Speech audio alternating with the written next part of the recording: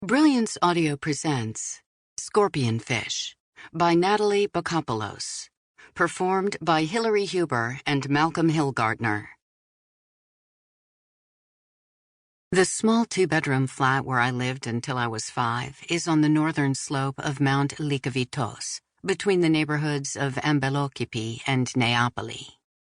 Back in Athens for the first time since my parents' funeral a few months earlier, my arrival felt both unreal and more real than anything I might have imagined, as though my porous, jet-lagged self had emptied itself into this space.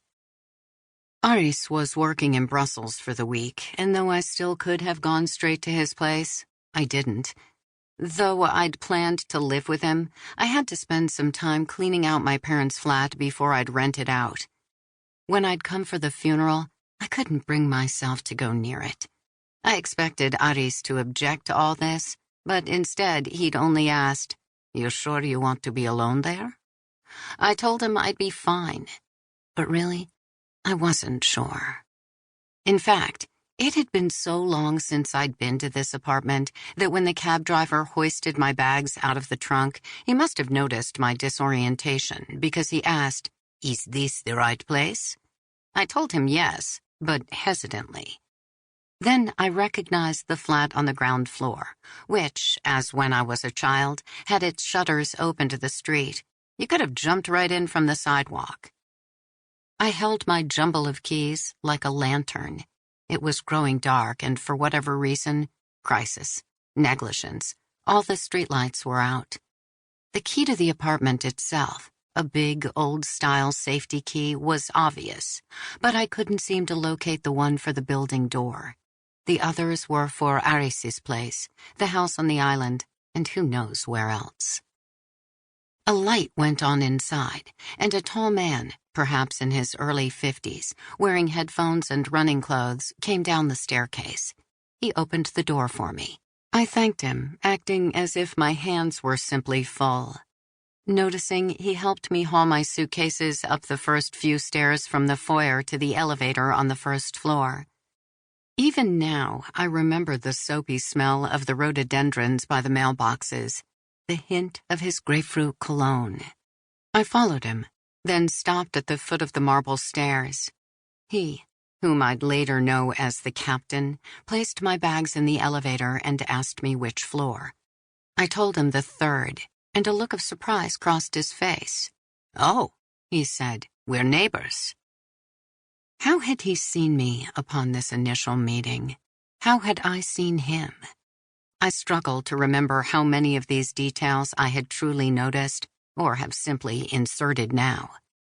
We must have spoken in Greek, though later we'd use English as well. Did I hear the thin music from his headphones? I recall something I had until now forgotten. In that first interaction, I felt a flash of recognition, of some silent acknowledgement, a feeling of both surprise and inevitability. I thanked him, and when he left, I sent the suitcases up, the elevator too small for both me and the bags, and took the stairs. Everything looked smaller than I remembered. But walking up those strange yet familiar flights engaged some sort of homing instinct. As if my arms were moved by some force outside myself, I turned the clunky safety key in the lock and pushed open the door. Forgetting that my mother had begun remodeling before she died, and that it had looked different even before then, I had expected the apartment of my youth. There was still the airy living room, those high ceilings, the honey-colored parquet floors, a new coat of paint, a soft beige accented with white crown molding, sheer curtains over the glass doors to the balconies, new shutters. Once closed in and rather dark, the kitchen had been redone in a more contemporary style, as a pass-through with stools and a serving bar, opening up to the dining room. The cabinets were new, white and shiny, and there were new butcher block countertops.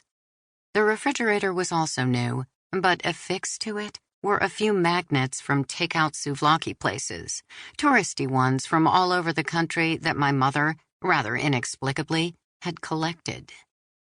To keep listening to this audiobook, I've left you a link in the description so you can do it, at no cost thanks to Audible's 30-day free trial.